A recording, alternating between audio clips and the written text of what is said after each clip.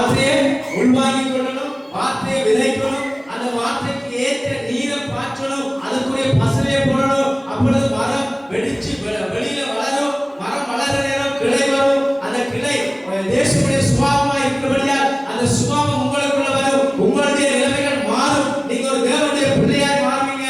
அதுக்கு பின்னதாக அந்த இடத்துல என்ன வரும்? இலை வரும். அந்த இலை பார்த்ததற்கு நேர்த்திக்கு ஒழுங்குக்கு அடையாளமாக இருக்கிறபடியா உங்களிடத்துல அனைவர் வந்து தஞ்சம் போவாங்க, உங்களிடத்துல அடைக்கலம் போவாங்க.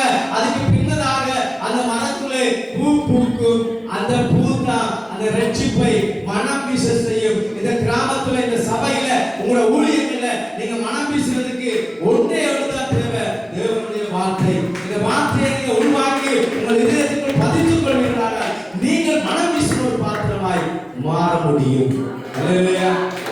மாற வேண்டும் விரும்புகிறவங்க, நான் இன்னைக்கு அர்ப்பணிக்கிறது என்ன, நான் இன்னைக்கு என்ன தேவனிடத்தில் கொடுக்கிறேன், நான் ஒரு கனி கொடுக்கிற பாத்திரமாய் மாறணும். எத்தனை பேர் விரும்புறீங்க? அப்படி விரும்புறவங்க அப்படியே எழுந்து நின்று அப்படியே யாவரும் எழுந்து நின்று